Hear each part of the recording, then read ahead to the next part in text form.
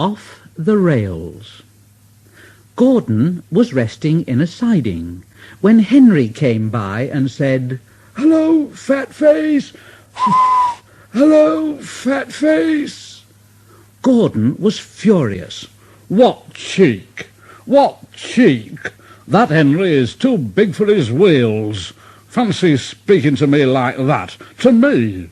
To me, who has never had an accident. Never, ever had an accident. Percy was a bit puzzled. "Oh, but Gordon, aren't jammed whistles and burnt safety valves accidents?" No, indeed, they are not accidents. Not accidents. They're just high spirits. I mean, it might happen to any engine. But to come off the rails, well, I ask you, is it right? Is it decent, A few days later, it was Henry's turn to take the express. Gordon watched him getting ready. "Better be careful, Henry. You're not pulling the flying kipper now, you know. Mind you keep to the rails today, won't you, Fat face, whoosh, fat face, whoosh, fat face, whoosh, fat face, whoosh, whoosh, whoosh." And Henry went on his way. But Gordon didn't care. He yawned and went off to sleep.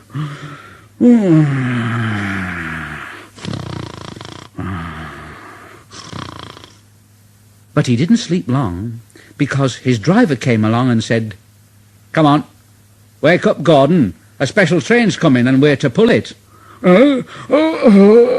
Special train? Is it coaches or trucks? "It's trucks." "Oh, trucks. I don't like trucks." They lit Gordon's fire and oiled him ready for the run. The fire was sulky and wouldn't burn, but they couldn't wait, so Edward pushed him onto the turntable to get him facing the right way. Gordon grumbled like anything. "I won't go, I won't go, I won't go." Edward said, "Don't be silly, don't be silly, don't be silly." Gordon tried hard, but he couldn't stop himself being moved. At last he was on the turntable. Edward was uncoupled and backed away, and Gordon's driver and fireman jumped down to turn him round.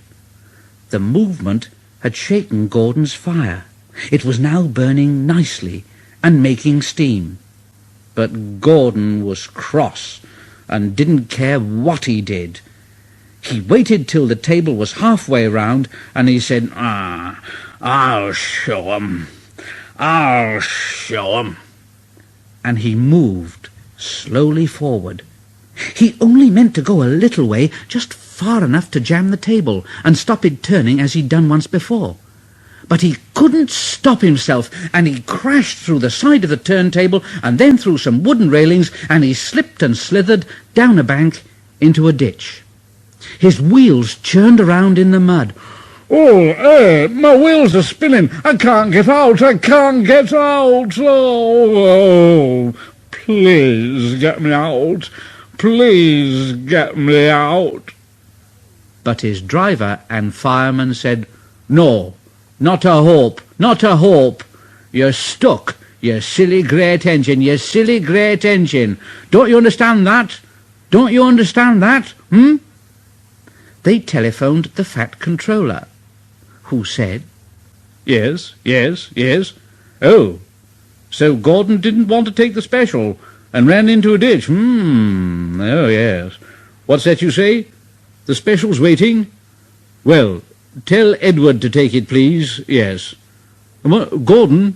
Oh, leave him where he is. We haven't got time to bother about him now." A family of frogs croaked at Gordon as he lay in the mud. Gordon, Gordon, Gordon, Gordon, Gordon, Gordon. On the other side of the ditch, some little boys shouted out, "Coo, doesn't he look silly? They'll never get him out." and they began to sing.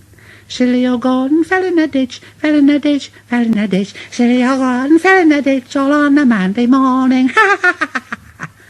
Then the school bell rang, and they chased off down the road. Gordon was in a mess, and he said, "Ooh!"